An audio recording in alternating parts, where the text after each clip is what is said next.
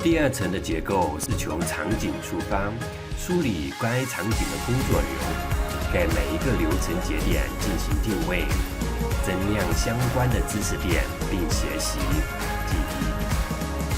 这里的场景我称之为知识空间。知识空间分成两类，一类是学习，一类是工作。为什么不把两者合并成一个呢？因为在学习的空间中会含有大量隐私，如果合并，他人只需搜索电脑即可以让敏感信息一览无余。将学习与工作分开，我们只需要同步工作的知识空间，满足工作要求即可，不会再惦记着自己的电脑会不会被人使用，会不会有泄露信息的风险。除此之外，我从学习的知识空间内提起了有关的 Brain 的分支，形成名为 Brainstorm 的知识空间。